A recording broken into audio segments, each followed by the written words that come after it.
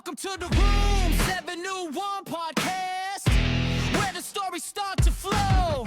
We turn the small talk into gold, and the culture comes out. Don't you know? All right, so today on the 701 podcast, we have English teacher Roger Oxford sitting down with us today, having a discussion. So tell everybody out there who you are and how you got into teaching and, why you do what you do. So this is my 6th year as a high school English teacher, and I did a lot of adult-based education through safety and training. That was my previous profession, and was kind of enjoyed the instruction there, learning how to do it. And Right. a few people mentioned I was actually had a little bit of a gift for explaining things where people could understand it and breaking it down. So I had an English degree already and figured I'd test the waters, and here I am. Beautiful. I love it. Do you see that there's a big difference between teaching adults and teaching seniors in high school? So like quasi adults. Yeah, there's one of the biggest differences when you're doing with adults, it's elective. Whatever you're teaching them, they have chosen to be there. Right. So, I mean, even the ones that I did, it wasn't always as, voluntary as they'd like, but they still recognized that this was part of their job, that they had to take this education. So you don't have to sell them on as much. With seniors and, high school students, you got to kind of convince them that this is something they need. Yeah. It's a little bit of the dog and pony show. Yeah. Seniors, it's not too bad. Seniors are better. I've only had juniors and seniors though, and it's really wild. The difference between sophomore and junior year is just the most drastic change you will ever see in somebody. Yeah. The crazy wild sophomore that leaves is not the same junior you get back. Yeah. It's just a whole different kid. That's very, very true. It's fascinating to see. So I know that you're a big Shakespeare guy. Yeah. Love Shakespeare. How, number one, why do you like Shakespeare? And then the second thing is your love of Shakespeare. How do you convince seniors that this is awesome? Because I like Shakespeare too. I don't know a whole lot about Shakespeare, but the love of Shakespeare started when I was in high school. I was already a poetry nerd. I liked to write poetry back then. And then listening to the sound of it, it was just something, the lyrical quality of the way they were talking. And then you had these amazing stories that were just so complicated and convoluted, and you're just like, what? And one of the biggest tragedies of Shakespeare is that I've seen many teachers do this, and it drives me up the wall. They take Shakespeare's plays and they put them in front of a kid and go, read this. Yeah. And they forget it's a play. It's meant to be seen. Yeah. It's a visual aspect. They have to get that. You can't just go, here, read this complicated language and understand the plot. Yeah. They need something where they can watch the body language and see these actors interchange, ideas.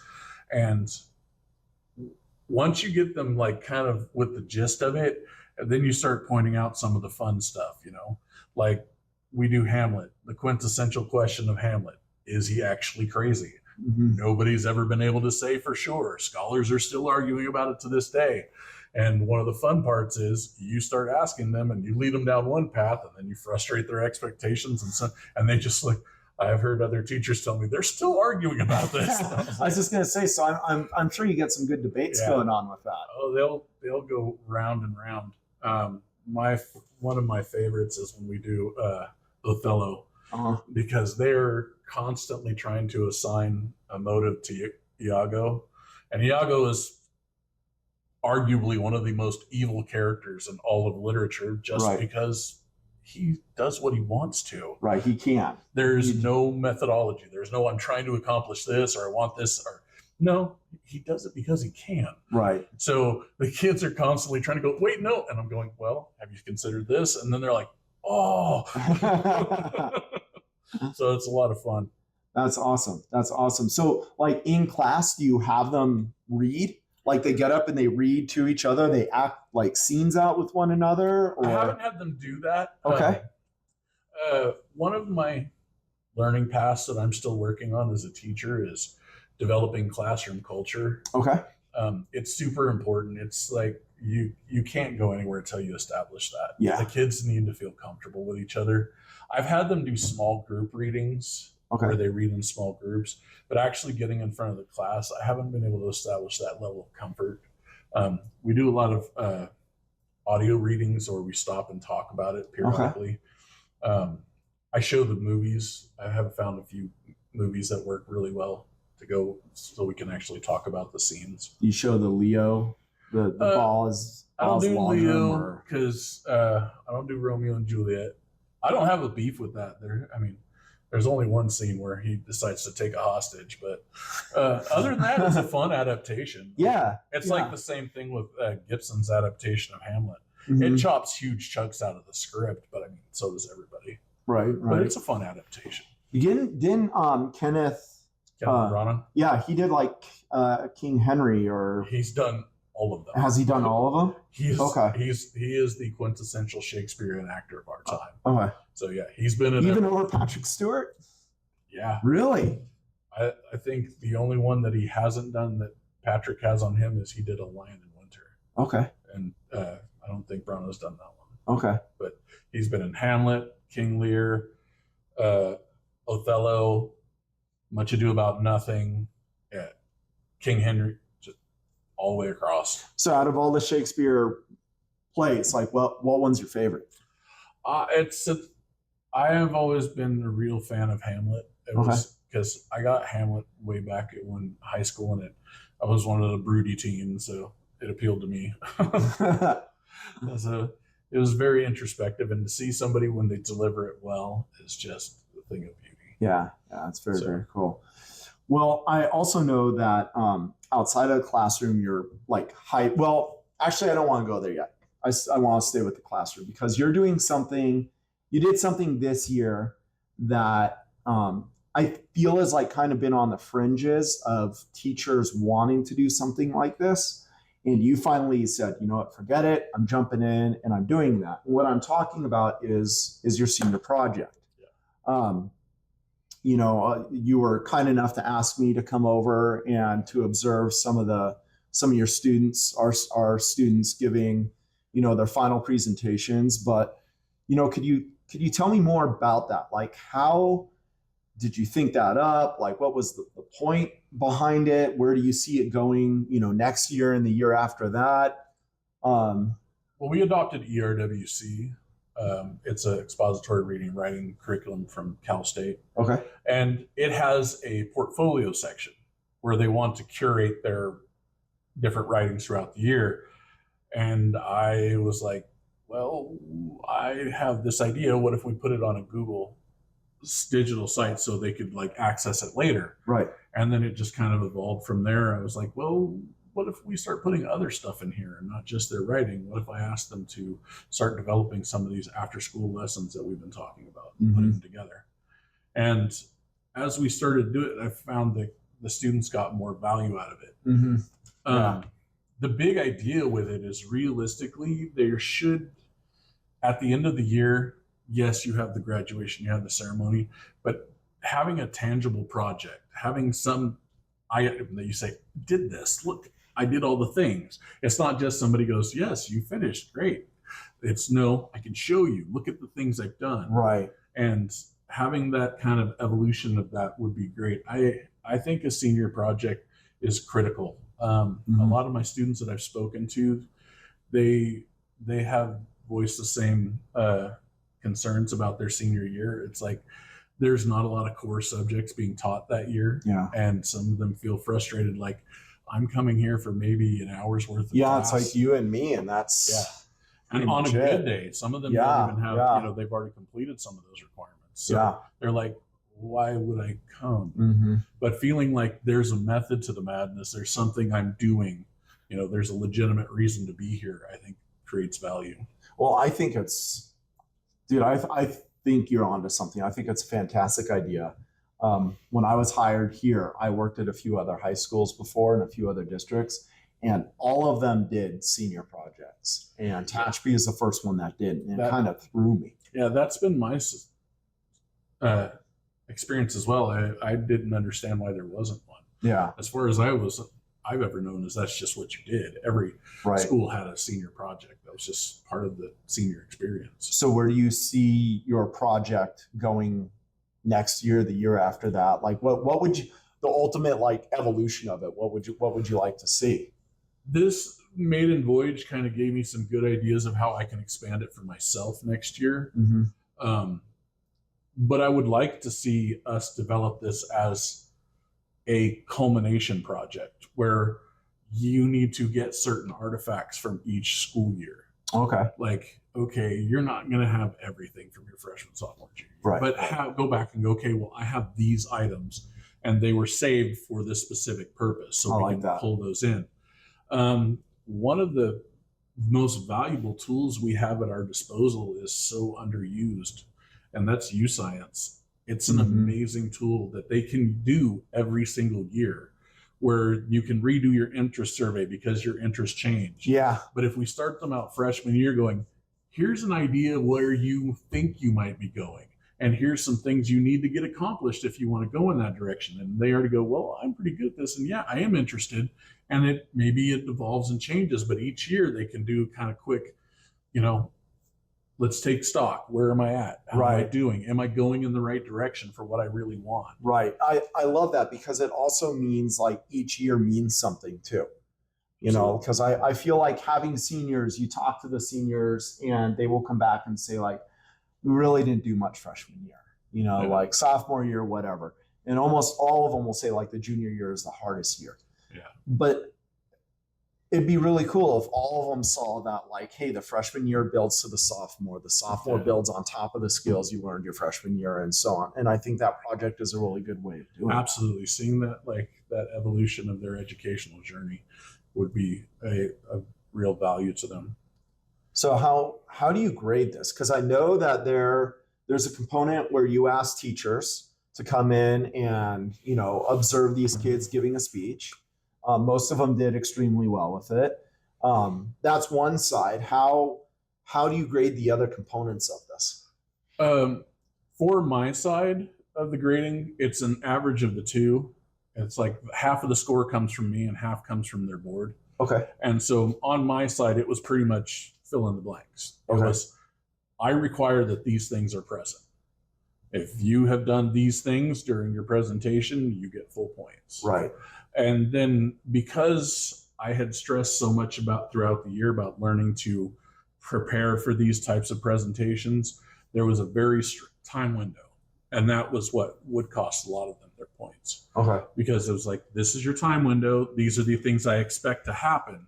And other than that, how you demonstrate clarity with this. And the big thing I wanted them to take away, because at the beginning of the year, a lot of them were doing presentations, putting them on a slide deck, and then they would just turn and read everything off the slide. I'm like, that's not what this is. Yeah. This is you explaining where you went with this and what your concept was. Yeah, and you're the expert. You should be able to tell me what you're talking about. So it was scored that way. About half would come from me. And like I said, my side was did you check all the boxes? Okay.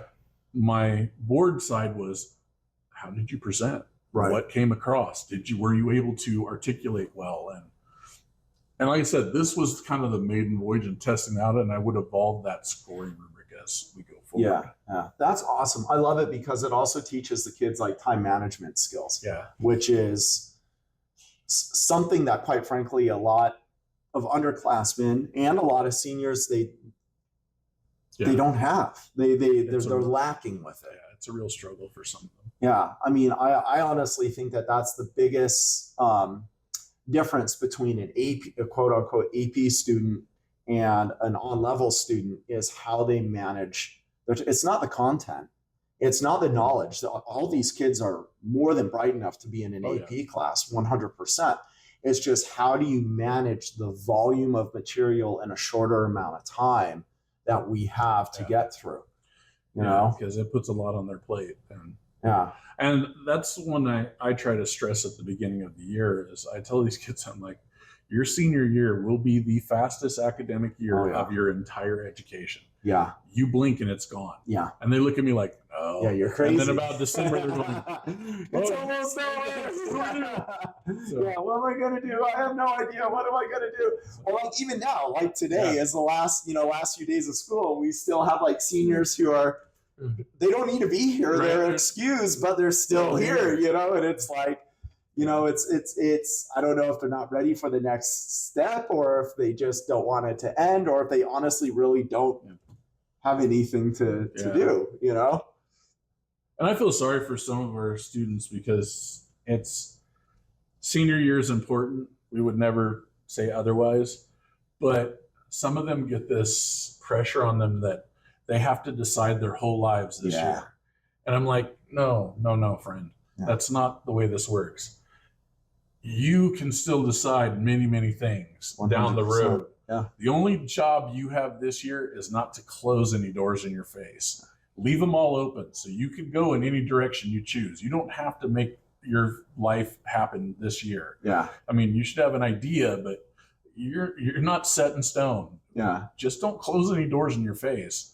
So some of them come in and it's like they're ready to have a panic attack day one because people have told them your whole future starts now. And you're like, calm down. Yeah. Deep breath. We'll figure it out. But I love that because it's the idea of like you can wear a lot of different hats in your life. You don't need to necessarily need to be tethered to something. Like today, and I would love to talk about it. You're wearing the TAT shirt today. You got your red on. I have orange. It's kind of a red. Right. But I know like outside of the classroom, you're also really involved with our union. Yeah. How'd you get into that? Like what made you want to go that route? I think the union is an amazing institution. It protects teachers, but it also protects our classroom. Yeah. We have, I was listening to another podcast recently, and from these teachers were relatively new, and some people were saying that, teachers are in the union, you can't fire them. Like, no, that is never the case. Yeah. I mean, other teachers, we don't want bad teachers in our profession either. Right. We care about this. We care about what goes into this work. And because no matter what reason led you here, you still care about what we give to the students and you want the best for them. 100%. So having a union that protects the institution of education, that fights for us teachers that, that have the rights that they need, attracts better quality of teachers to this field. Mm-hmm. And making sure that, we're fighting for our schools to be funded correctly. Right. And taking care of things like that. It really appealed to me as my previous work was a lot of administration work. And so this kind of, was right up my alley. Kind of put your toes back into that a little bit. So, because you do that. You're the PAC committee chair, which is Political Action Committee. So responsible for interviewing and kind of like deciding different candidates who would best be, for the school, and for more importantly than the school is a student. Yeah. Like who's going to go and fight for the student, because that's ultimately, if you're not here for the students, what are you doing? Yeah. Get out. We don't need you kind of thing. Yeah. Our PAC is, a lot of people misinterpret what the PAC is, especially at our level. Mm-hmm. I mean, CTA, that's a different animal. Yeah. Their PAC is statewide lobbying and things like that. But our PAC is mostly concerned with what goes on here locally. Mm-hmm. Who's on our school board and how does that affect our students and our teachers?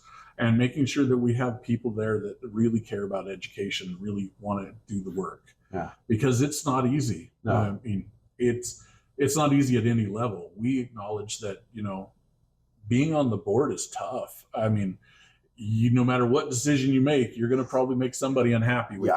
Yeah. But there's some hard decisions that have to be made financially, but there's also some decisions where we don't need to get ourselves in that kind of hot water. Right. And so, yeah, I think a lot of people don't realize that is like how many layers education is, and it's not run like a business. It's not at all, and you can't run it like a business because it's not that kind of business model. Yeah. I mean, because the easiest way to understand it is in business, you go into business to make profit. right. That's the long and the short. If you have a good educational model, it breaks even. That's the perfect model, is it should break even. The funding should be enough to cover what you need, no more, no less. Mm-hmm. That's what it should sit at. I mean, having extra is great, but then we start investing it where it needs to go, back into the classrooms. So that's the biggest difference. People are like, well, they're in the hole. That's not the point, is not to make money. That's not what we're here for. And, having the extra is like, where didn't we spend it where it should have been spent? Yeah. So awesome, man. Well, where do you see yourself? I don't necessarily like using the 5-year plan. I think that's a pretty long cast. But maybe like 2, 3 years from now, or 5. I'm continuously trying to hone my practice and do better than I did yesterday.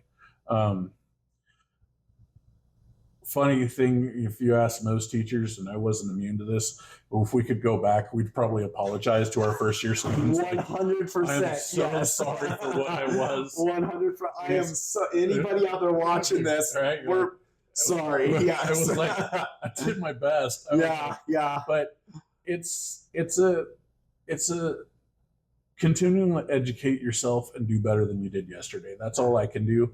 I would love to continue to develop our program here at THS. I think we have a pretty great thing up here. We have a school where we don't have a lot of the big problems that other districts are facing. I mean, you have no further to look than social media to see some of the horrendous things that are going on.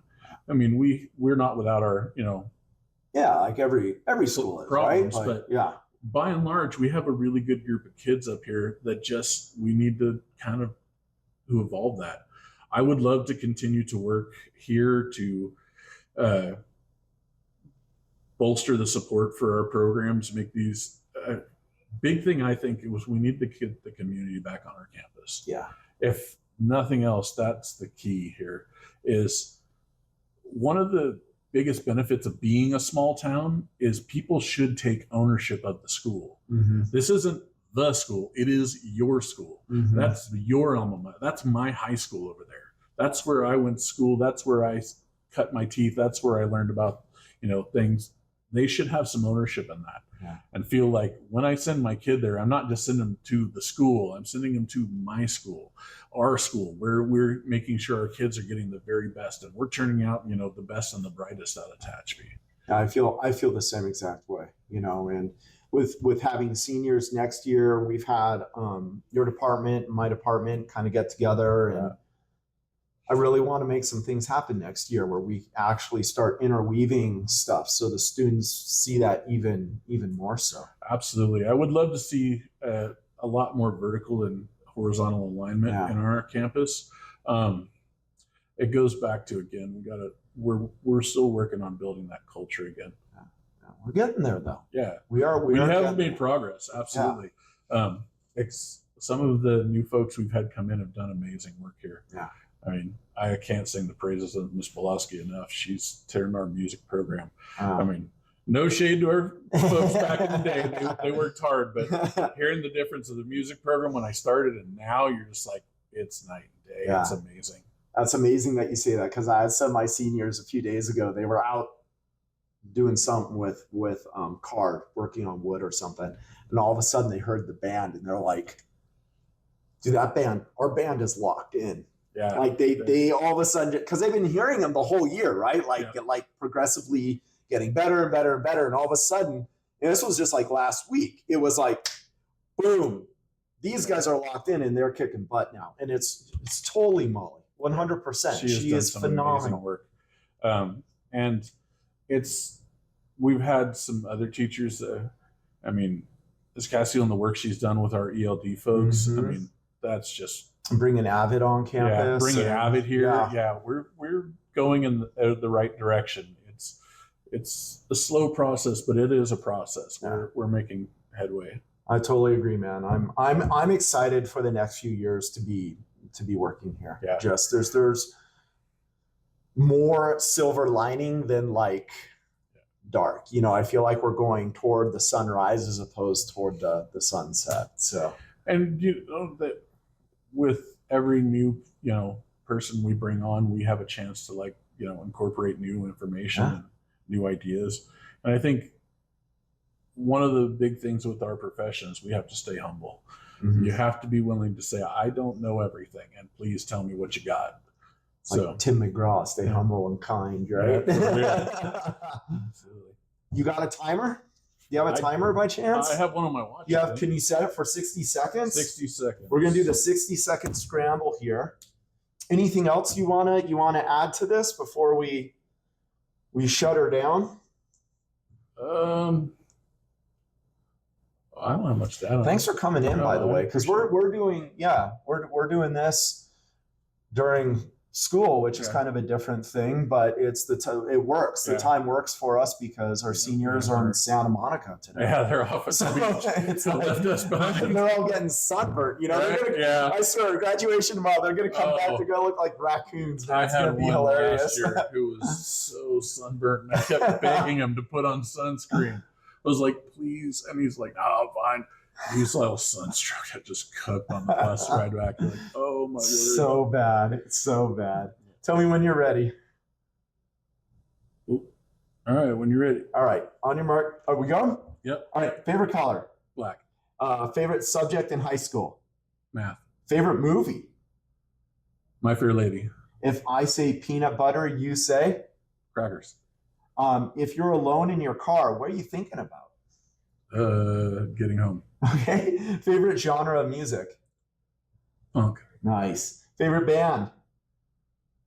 Or artist? Toss up between Metallica and Crass. Okay. What color is math? Math is green. All right. If you won $1 million, what would you do? Half my debt. Ever been starstruck? Not really. All right. Favorite celebrity? Ooh. Don't know. I don't think I have one really. All right. Dog or cat? Dogs, I guess. Favorite food? Mexican food. Food. Good call. Is a hot dog a sandwich? Yes. Oh, hey, nice job. Nice job. You got further than Lewis.